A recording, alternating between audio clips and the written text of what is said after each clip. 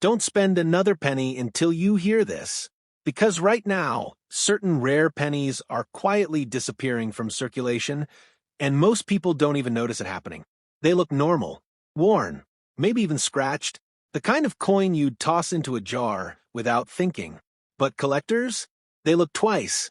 Behind the scenes, serious buyers are searching banks' coin rolls, estate sales, pulling specific pennies out of market, and locking them away in private collections. Once they're gone, they rarely come back. And here's what makes this unsettling. The most valuable ones aren't always shiny or perfect. Sometimes it's a tiny detail, a small error, a subtle variation, a low surviving number, that turns 1 cent into something worth thousands. Every time someone spends one without checking, the supply gets smaller. Maybe you've already had one. Maybe it passed through your hands last week. Or maybe it's sitting somewhere in your house right now. But if you don't look closely, someone else will. And once that coin disappears into a collection, you'll never know what it was really worth. Money bag. Before you dismiss this coin as just another old penny, stop and think for a second, because the 1946 wheat penny represents something bigger than 1 cent. It represents the first full year of American coinage after World War II. The war was over. Soldiers were returning home. The economy was shifting. And quietly, millions of these small copper coins began circulating across the country. The 1946 wheat penny might look ordinary. Abraham Lincoln on the front, 2 wheat stalks on the back, the words 1 cent, and United States of America. Simple design, familiar look. But here's what most people don't realize. Not all 1946 wheat pennies are the same. In 1946, the United States Mint produced pennies at 3 different facilities: Philadelphia, Denver, and San Francisco. If your coin has no mint mark under the date, it was minted in Philadelphia. That year, Philadelphia struck over 991 million pennies, nearly 1 billion. That's a massive number, which makes circulated Philadelphia examples very common today. If you see a small d under the date, it came from Denver. Denver produced over 315 million pennies in 1946. If you see a small s, it was minted in San Francisco, which struck over 198 million that year. At first glance, those numbers suggest the coin is common. And in lower grades, it is. But here's where it gets interesting. Condition changes everything. Most 1946 wheat pennies entered heavy circulation during the late 1940s and 1950s. America was booming. Coins moved constantly through banks, stores, vending machines, and gas stations.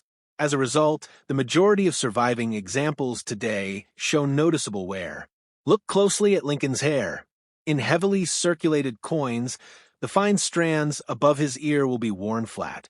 His cheek and jawline may appear smooth and lacking detail. Flip the coin over. On worn examples, the wheat stalk lines will be weak or partially faded.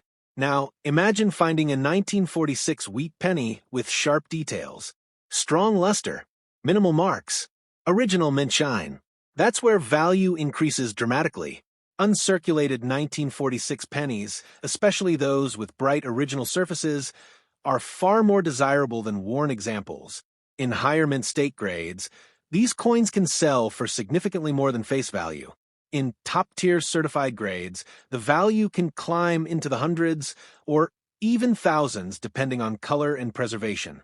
And that brings us to color. Copper coins are classified into 3 main categories: brown, red-brown, and red.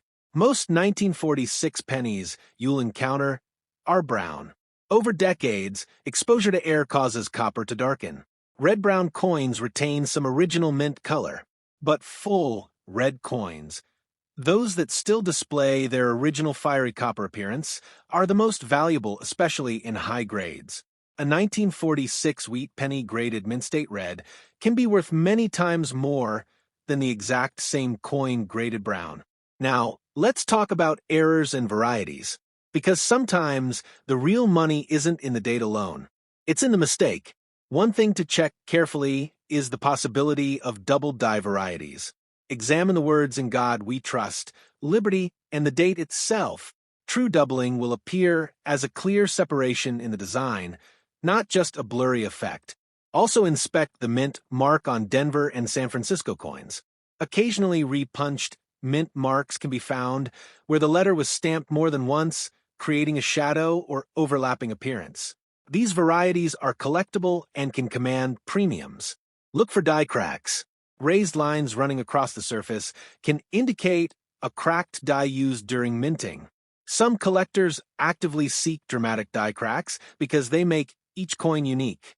Off-center strikes are another possibility. If the design is shifted noticeably to one side but still shows the full date, the coin may be worth significantly more than normal examples. Clipped planchets, where a portion of the coin's edge is missing due to a cutting error, are also collectible. Here's something important. Many people believe that because the mintage numbers are high, the coin has no real value. But rarity in coin collecting is not just about how many were made. It's about how many survive in high grade today, and that number is much smaller than most people think. Nearly 80 years have passed since 1946. Coins have been lost, melted, damaged, cleaned, corroded, and worn down. High-quality survivors become harder to find every year. And cleaning is something you must absolutely avoid. Never clean a 1946 wheat penny. Cleaning removes original surfaces and leaves scratches that dramatically reduce collector value. Even a coin that looks dull or dirty can be worth more in its natural state than after polishing. If you believe you have a high-grade example, consider professional grading. Certification provides authentication and assigns an official condition grade. This often increases market confidence if you decide to sell. Now, let's talk about investment potential. The 1946 wheat penny is not typically considered a rare key date, but it is part of the beloved Lincoln wheat cent series that ran from 1909 to 1958. Collectors building full date and mint collections need 1946 coins from all three mints. As time passes and fewer high-grade examples remain available, demand can push premium examples higher in value. And then there's the emotional factor. This coin was minted in the first peaceful year after global war. It circulated during a period of massive social and economic change. It may have been in the pocket of a returning soldier. It may have been used to buy a newspaper announcing major historical events. Every 1946 wheat penny has a story. Most people won't look twice at it. They'll see an old penny and assume it's just worth 1 cent. But now you know better. You know to check the mint mark. You know to examine the condition. You know to look for red color. You know to search for doubling, repunched mint marks, and strike errors. And you know never to clean it. That small copper coin from 1946 might not make you instantly rich, but in the right condition with the right characteristics, it could be worth far more than face value. And more importantly, it's a tangible piece of American history. So, before you toss your old pennies aside, take a closer look. Because sometimes the most ordinary-looking coins are the ones quietly holding hidden value, waiting for someone who understands what they're really looking at. Before you assume this is just another old penny, stop for a moment. Because the 1918 wheat penny is over 100 years old. It was minted during the final year of World War I. It circulated during one of the most turbulent periods in American history. And today, depending on condition and mint mark, it can be worth far more than 1 cent. At first glance, the 1918 wheat penny looks simple. Abraham Lincoln's portrait appears on the front. The words, "In God We Trust," curve along the top. Liberty sits to the left. The date, 1918, sits on the right.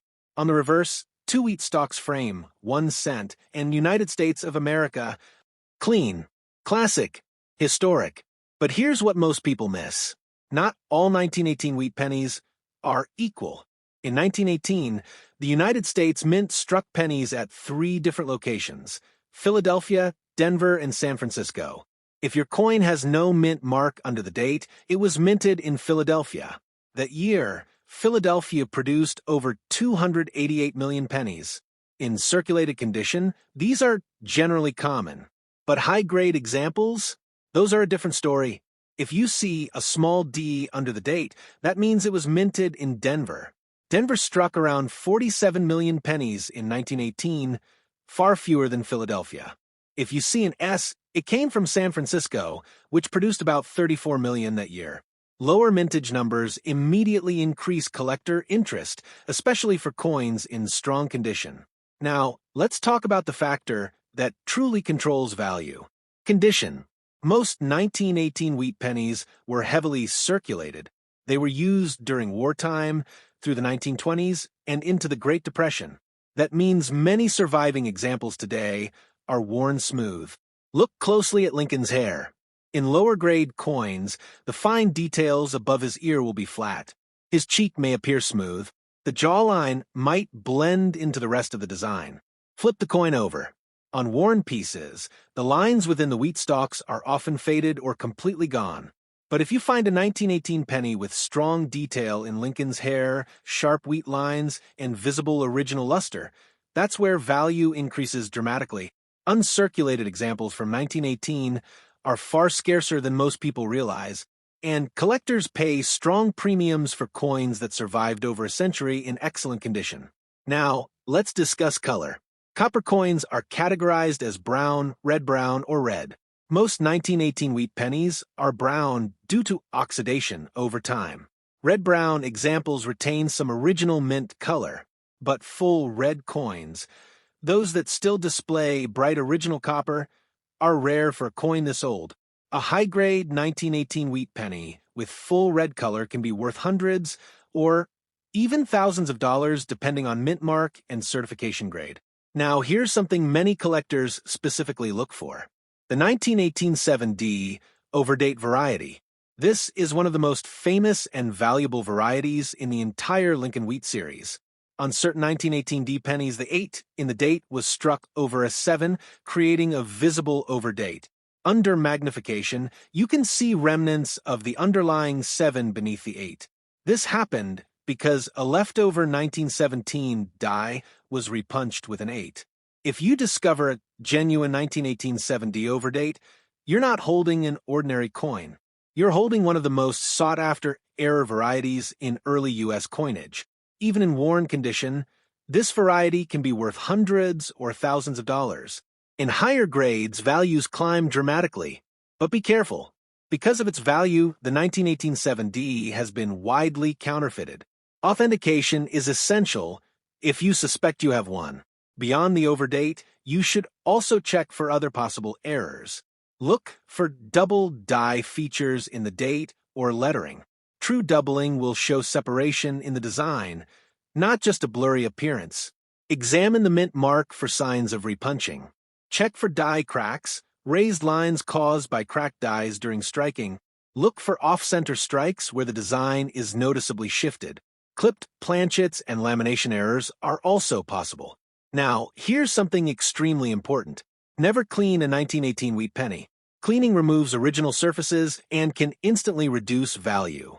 Even a light polish can leave microscopic scratches that collectors immediately detect. If your coin appears valuable, especially if you suspect it's a 1918 7D overdate, have it evaluated by a professional grading service.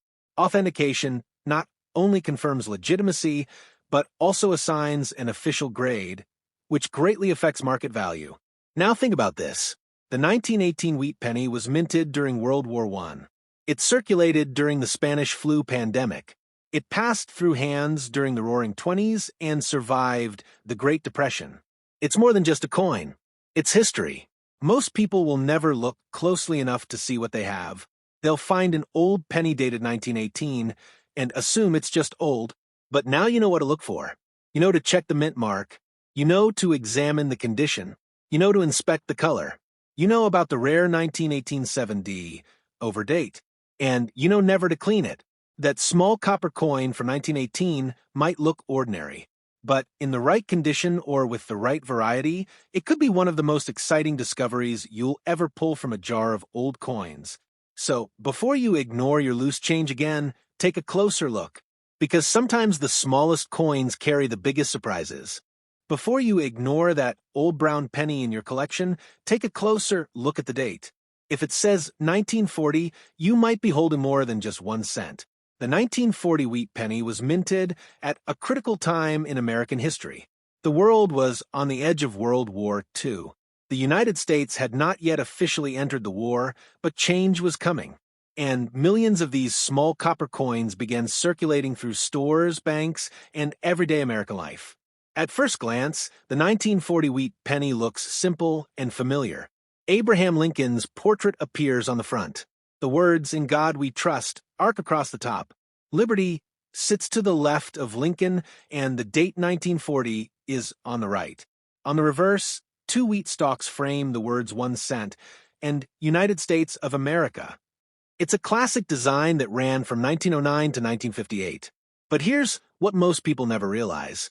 There isn't just one type of 1940 wheat penny. In 1940, pennies were struck at 3 different mints: Philadelphia, Denver, and San Francisco. If your coin has no mint mark under the date, it was minted in Philadelphia. That year, Philadelphia produced over 586 million pennies. In circulated condition, these are common. Many are still found in old coin jars and collections. If you see a small D under the date, it was minted in Denver. Denver struck over 81 million pennies in 1940. If you see an S, it came from San Francisco, which minted over 112 million that year. While none of these mintages are extremely low, the difference in production numbers matters, especially when combined with condition. And that brings us to the most important factor of all. Condition controls value. Most 1940 wheat pennies were heavily used during the 1940s and 1950s. Coins change hands constantly. As a result, many surviving examples today show moderate to heavy wear. Look closely at Lincoln's hair. In worn coins, the fine strands above his ear will be flattened. His cheek may appear smooth and lacking detail. The jawline may blend into the rest of the portrait. Flip the coin over and inspect the wheat stalks. In lower-grade coins, the inner lines of the wheat will be weak or missing entirely. But if you find a 1940 wheat penny with sharp details, strong rims, and visible mint luster, that's where things get interesting. Uncirculated examples are far scarcer than circulated ones, and collectors pay premiums for coins that still display original mint shine. Now, let's talk about color, something many beginners overlook. Copper coins are graded not only by condition, but also by color: brown, red-brown, and red. Most 1940 pennies you'll find are brown due to decades of oxidation. Red-brown coins retain some original color mixed with toning. But full red coins, those that still show their original bright copper color, are the most desirable. A 1940 wheat penny in mint state red can be worth many times more than the exact same coin in brown condition. In high, certified grades, red examples can reach into the hundreds or even thousands depending on the mint mark and market demand. Now, let's move into something even more exciting: errors and varieties. The 1940 wheat penny has several collectible varieties that can significantly increase value.